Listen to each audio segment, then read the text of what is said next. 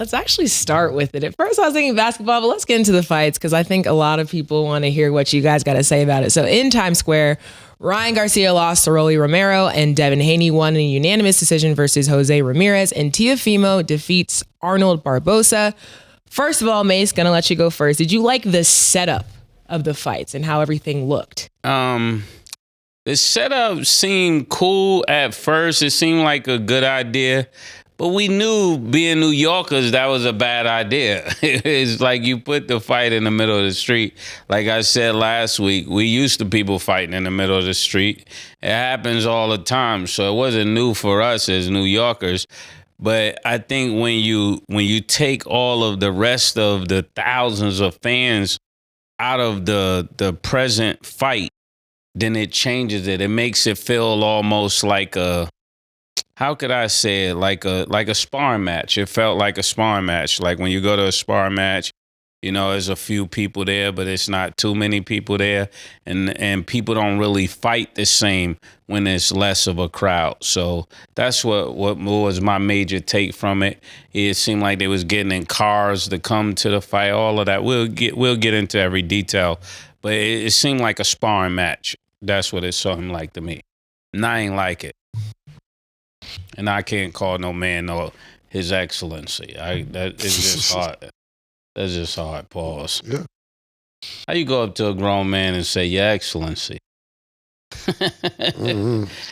That's crazy. I can't get with it even. For that check, though, niggas be out there doing. So for that check, niggas for the right amount of money, you call them Your Excellency? I didn't say me. I'll go get a job. Certain things I'll go work before certain things is gonna happen. You spoke to Your Excellency? Nah, I can't do that. He's not my excellency. I ain't like when a nigga name was Puff Daddy. I ain't like calling the nigga Daddy neither. I'm glad he changed it to Diddy. Name changing Monday. Yeah. How about it, And that was his slang. A few niggas like be like, yo, Daddy, I'm saying, yo, stop calling me Daddy too, man. I don't like that. Hey, yo, Daddy, yo, man, I ain't your father, nigga. It makes sense. It makes sense. Yeah, I 100% agree with you. Certain names is just, we gonna figure out your government. We gonna come up. Yeah, man. We gonna come up with a new. If that's your E something, your E. What's up? I don't really know. But Stab, what was the exact question? Yeah, did you like the setups of the fights and how it looked in Times Square and all that? To be honest with you, I'm not even gonna lie to you. I caught some footage of the fights, and because all of them on YouTube, because I thought I was getting home in time to see the fights, and the shit was over. Shit had to start at 3 o'clock on the West Coast. A regular fight time, main event and all that start 7, 8, 9 p.m. on the East Coast. It had to be over by 6, 7 p.m. on the East Coast. So I caught clips on YouTube, but if you're actually asking me how I felt about the presentation, I didn't like it from just the clips I seen. It looked erratic. Like Mase said, it didn't look like a lot of people were there. They were coming in cars. I thought the car shit was kind of fly, but when you're blocking it off to actually, it's not the real Times Square. It's limited from what I've seen, if I'm not mistaken. Yeah.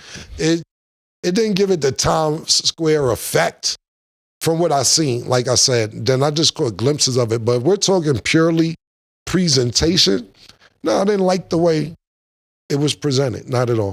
Yeah, real quick, I want to add, so I was actually in New York this weekend. It was literally like a square box and they had the top covered. And so everybody's kind of waiting along the outside. And it was disruptively in the middle of the city, but people were saying, oh, maybe you could see it from the hotels. Like they had it blocked so you couldn't even watch it if you wanted to. So it was very like a random pop-up in the middle of the city, which it had potential to be something a little bit different, but I just felt like it missed the mark. So just hearing that, what change would you guys kind of want to see before we get into the specific fights? What kind of change? Yeah. With the setup? Yeah, with like the setup, how it should be, how it should look. Me personally, I think if they was going to do it in Times Square, they should have let everybody come. Pause. Everybody standing out there would have been nuts. You figure out how you get into the ring, walking through the hecklers, all of that would have been a much New York experience. If you're going to do it in New York, you got to get the experience. And without the crowd, you don't get the experience. That's what makes New York, New York. Walking through people, bumping into people, the hecklers, being able to perform on the most turbulent turf there is. That's what people say. If you can make it here, you can make it anywhere. So therefore, I think they should have given them the real experience, especially when you're blocking it off. I think they lost some coverage there because there was people I know got the hotels just so they could watch the fight from their hotel. And then when they blocked it, it was just like, man, why did I get the hotel if you're going to block the fight? I thought it would have gave it way more exposure. So basically, there's in a box. Basically, yeah. You could have went to the Felt Forum for that, the little part of the garden. Like, y'all could have bought it to Apollo. What? This made absolutely no sense from what you guys are telling me. You block it off so the whole Times Square can't see, and then you put a top over it. So you're essentially in a box. What was the purpose of having it in Times Square if everybody couldn't see? I thought it was going to be like some when the ball drop pause in New Year's Eve or something like that. This sounded dumb. It sounded like they wanted to try and do something spectacular, and it didn't turn out spectacular. Down to the promotion, down to you don't know what time the fighters are fighting, down to they're fighting in a box in Times Square. It sounds stupid. You could have put this in a venue and made it more spectacular. If you're not, how you fighting outside and you're not fighting outside? Good question. So they actually did have TVs set up. So like people who were kind of spectating, they were laid out on the ground watching it on the TV. But I'm like, why don't you just watch it on the TV at the crib? But I guess trying to be in the mix, that's kind of what they were trying to get. Yeah, you're in the mix without being in the mix. That's why he said, how you in a box? Like, it made no sense. And I think the awkwardness probably played into the fights too. Yeah, honestly, yeah, that's a really good point. So out of these matches, which one kind of surprised you the most and which one disappointed you the most? I think we should go through each fight realistically because the first fight, when you look at Barbosa and Teofimo, to me, that was kind of like the best fight. That's the fight that was really a fight. Every other fight was not really a fight to me. I like the way that Teofimo showed back up. Being gone for such a long time, we had him here as a guest on It Is What It Is. And he backed up what he was talking. When he was here, you could have taken it as a little bit of cap. But when I saw him in the ring, it looked like he really stood on what he was talking about. Because even the day before the fight, Teofimo and Barbosa was talking, and Barbosa looked like he wanted to get active right there. And then Teofimo was like, nah, I'm saving my fight for the ring. He's like, we can let everybody leave the room right now and we can fight. He's like, nah, we fighting in the ring. And then when he got to the ring, I thought that could have been a little intimidating. But when he got in the ring, it seemed like he was there to handle business. And then he called out Jerron Boots Ennis, but I don't know about that now. But, you know, he was talking crazy last time, and he stepped up and showed it against a champion. So he got a belt, and he's ready to fight at 147. So shout out to Teofimo. Way to bounce back from a divorce, you know? Mase might as well do all these fights. I'm bored. They think that nigga know what time and shit came on, man. YouTube don't. I tried to go back and watch YouTube. It just highlights all the fights. So I ain't gonna sit up here and cap. Yo, Oscar, Eddie Hearn, y'all need to do better with the promotion, man. Everything, man. You know, I'm thinking I'm getting into. First of all, it's a Friday night fight. That's first and foremost. That's what threw me off. That's A. You know, usually Saturday. Secondly, I'm thinking I'm getting in the house on time. Nigga said it's over. So Mase could analyze all these fights for you. All right. Well, when it came to Barbosa, he was definitely trying to fight with Teofimo, but it just seemed like Teofimo was a grade above him when it comes to boxing skills. And that's what when they say styles make fights. A person could be good, but they're not quick enough to hit you, or they're not technical enough to cut off the ring when you're moving, the way you're moving. All of that plays into the boxer's IQ. And it just seemed like Teofimo was just a little ahead of him in every category to me. Okay. And then real quick, how do you feel about Devin Haney's win and Ryan Garcia's loss? Well, We got to take fight by fight because when everything, I love Bill Haney, I love the Devin Haney family, but Killer, if you would have saw that fight, I heard about it. man. I heard he was running. That's what they were saying. Yes, but it wasn't like Floyd moving on his feet. People try to compare him running around the ring like Floyd, and it wasn't like Floyd. I got to keep it a buck. When Floyd is moving, he'll stand in pocket and make you miss. Even when Shakur fights, Shakur be right there in pocket and make you miss. But he's not running all the way around the ring. Devin was running all the way around the ring like in circles. Like it was like he wasn't there to fight. He was just there to run and survive. You know, you get what I'm saying? When somebody get knocked down and they moving like that, that's how he was moving, and he never got hit. So it made him look like he definitely don't want to engage. If I was watching that, if I was any boxer, the moment I get in the ring, I'm jumping on him. You remember how Roy Jones was when he first got knocked out? And then the next fight, everybody just started coming for the knockout pause. That's how people got to fight Devin Haney, because he was running. It seemed like he trained on jumping rope because he was running the whole time. Even when he would throw a couple punches, he would move around he would lap the ring at least 2 times before he would engage in doing any boxing. Yeah, that's from what I heard. You know, actually, Nick had texted. He's like, he don't look the same. That Ryan fight may have had him scared to get hit since the Ryan fight. Yeah. That's what I heard. And even when they got close, he would clinch like really hard. Like, you know how when somebody got you buzzed, pause, or you almost got knocked out and you try and get your legs back. That's how he was clinching. And I was like, the guy you're fighting is not really like that for you to be doing that. So I don't know. I feel like if this is how he thinks, this is PTSD, and he shouldn't be out there because he's gonna get really hurt. If that's his mindset, he's gonna get really hurt. I seen Roelly. They actually asked Roelly about his fight after his fight. He's like, yo, I'm trying to warm up for a fight, not to watch a marathon or watch niggas run and all that. So I can't go to sleep before I got a fight. Yeah, and he was like, it's a difference, though. You know, Sugar Shane Mosley, like how he used to fight Zab Judah. There was a lot of guys that would hit and pause and not get hit.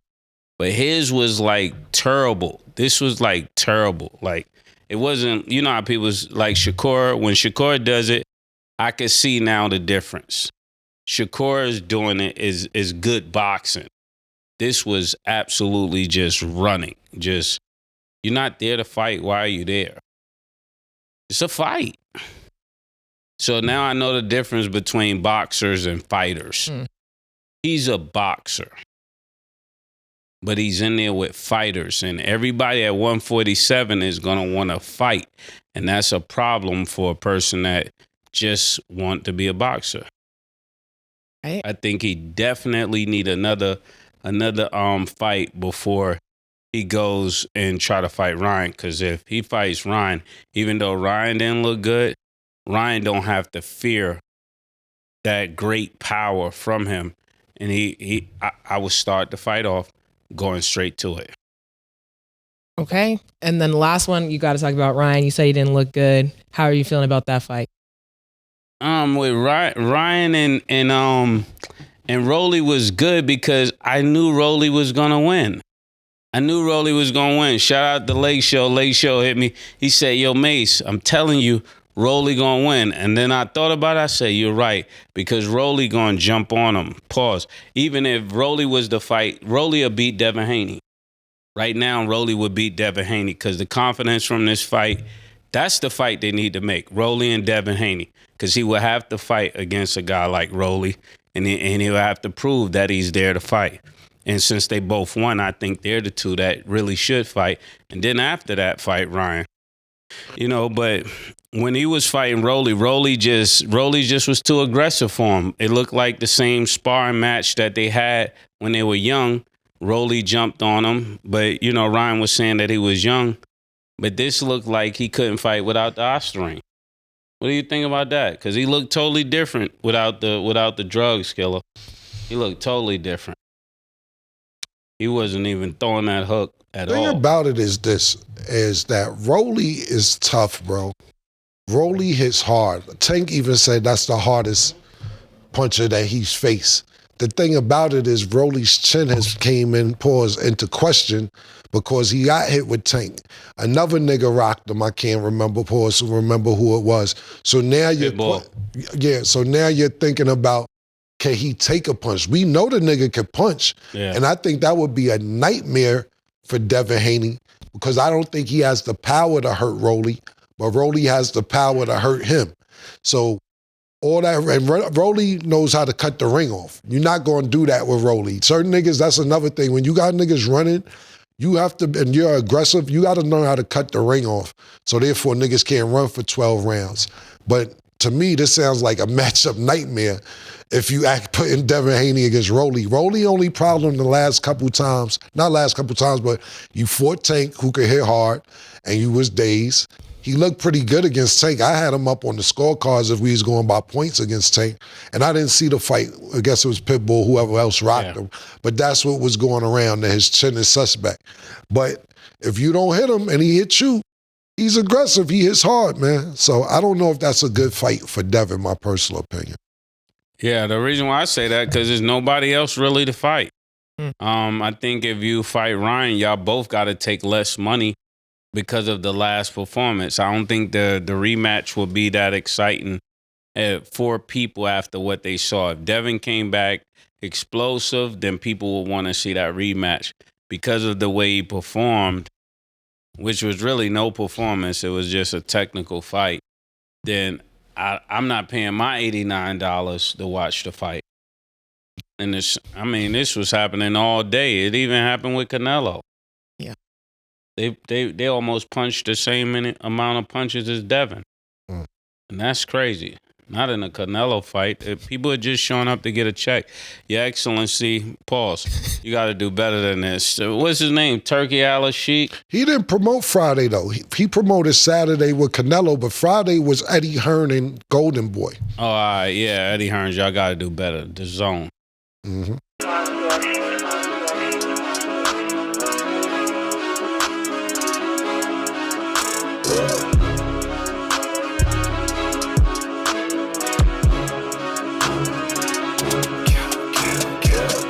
What you want, nigga? Everything, nigga, super size.